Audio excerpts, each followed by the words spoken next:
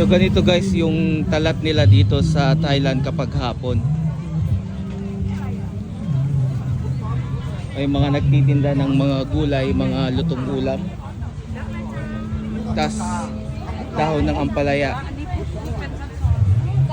Pili tayo guys ng dahon ng ampalaya. Ito guys. Talay kap. 20 isa guys.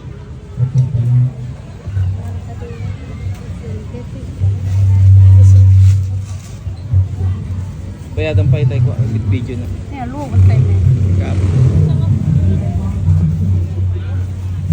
Ang ating bagong engage guys. Tapos meron din tayo ditong mga gulay guys na iba't iba pa. Sayote, labong, tiglabong na naman. Dito naman sa kabila ay meron tayong mga kung ano-ano lang. Durian. Meron din nagtitinda ng mga damit.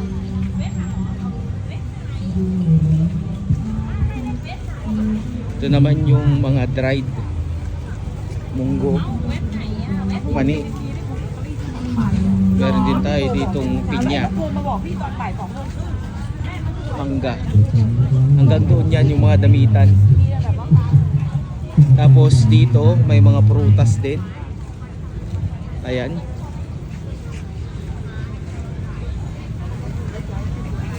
Meron tayo ditong mga bayabas, dragon fruit, lychee. 35 ang kilo ng lychee guys. At meron na rin tayo ditong mangosteen. 35 ang kilo. Go sama siya make up. Aw tung. So ito guys, kuha tayo ng lychee ay ng ano, mangosteen. Mura.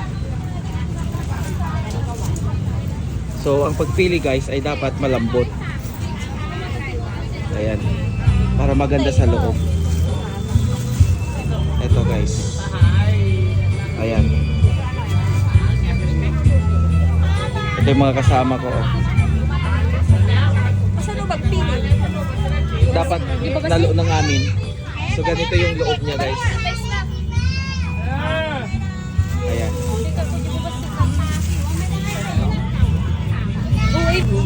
Ito naman guys yung ating lychee. Ayan. Ayan. Tikman natin yung lychee nila kapag matamis. So pwedeng free taste dito guys sa talat. Can you open it? Open. So 35 lang ang kilo ng lychee guys.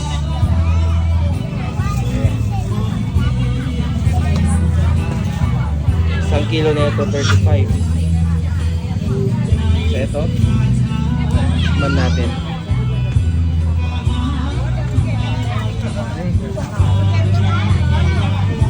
Matamis guys.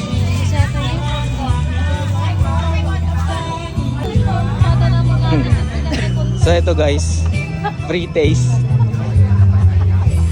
Yan.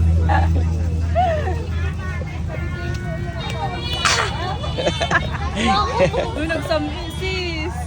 Matamis. Yeah. Kayo guys, oh. Panahon na naman ng lychee, 35. Ay, ng lychee. Mangosteen, 35 lang ang kilo. 35 1 kilo. Let's go. So may mga karne din dito guys, 90 ang isang supot, isang kilo. Langka na nilalangaw na.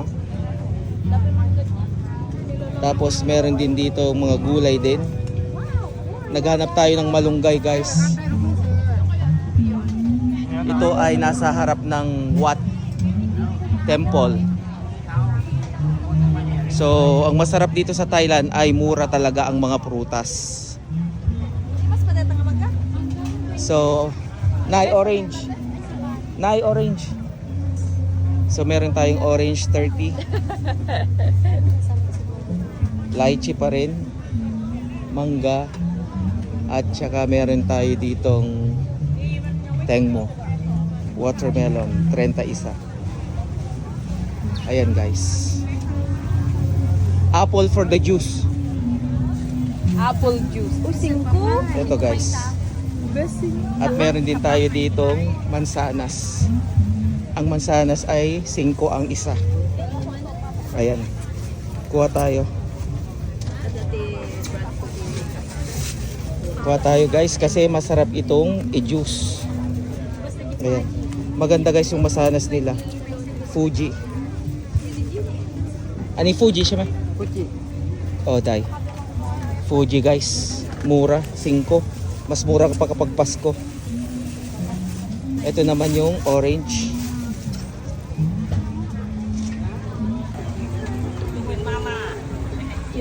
So meron din dito guys mga iba't ibang gulay pa din. So parang Pilipinas lang din. Ito ay yung parang makahiya. Water mimosa guys. Masarap to. Makahiya. At meron din tayong mga iba't ibang mga gulay dito.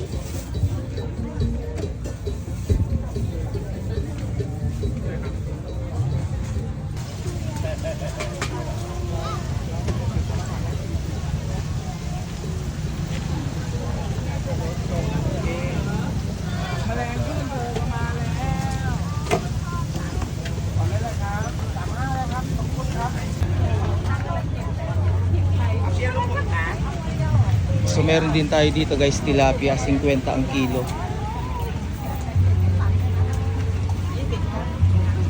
So parang Pilipinas lang din to, pero ito ay hindi siya yung kanilang mga palengke. Talipapa lang to. Sa hapon lang sila pumupunta dito.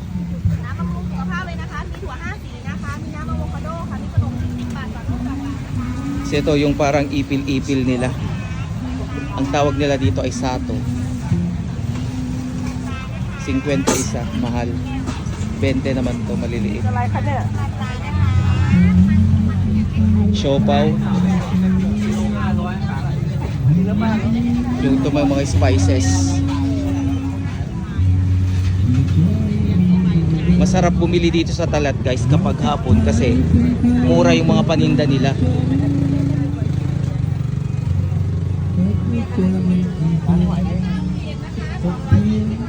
Mango sticky rice, syempre Thailand.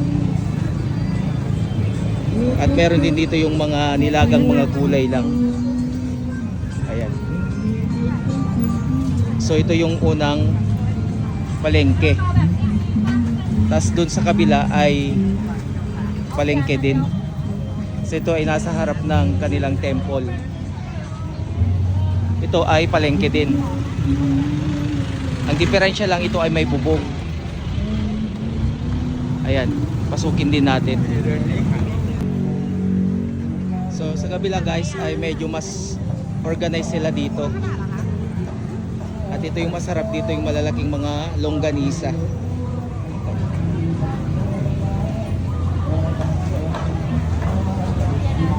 Isip baht, 20 isa.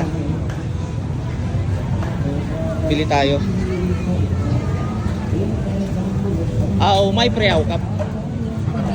May preaw. May preawนะครับ Song, may tat na kap.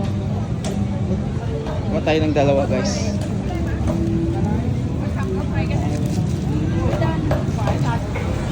Dilaw na manok. Itlog. Tigsantol na naman guys. Bangkok santol, 45. Manok. Kuha tayo ng mushroom.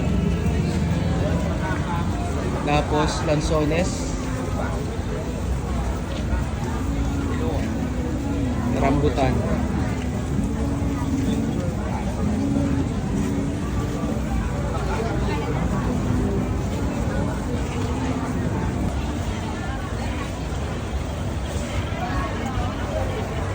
Dito guys, sa part na to ay mas madami yung mga luto. At meron din dito guys yung oxtail. Kaya lang, mabaho na. Ito guys yung mga lutong pagkain. May mga cakes din.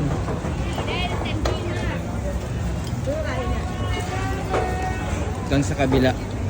Mahaba itong talat na to. Kaya masarap mamalengke dito kapag hapon. Kahit hindi ka na magluto. Ang presyo ng karne ngayon ay 135.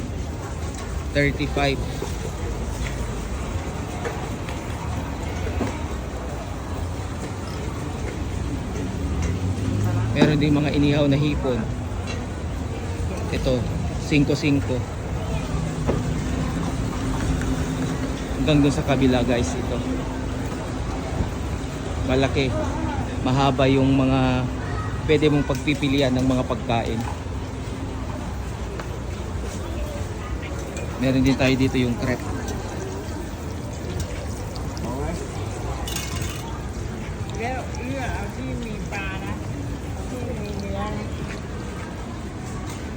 Mga damit.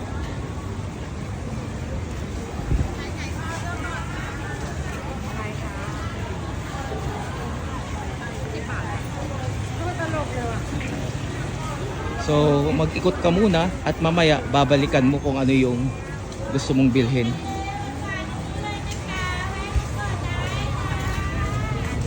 Meron din mga dumplings. Ito yung mga inihaw na tig-10.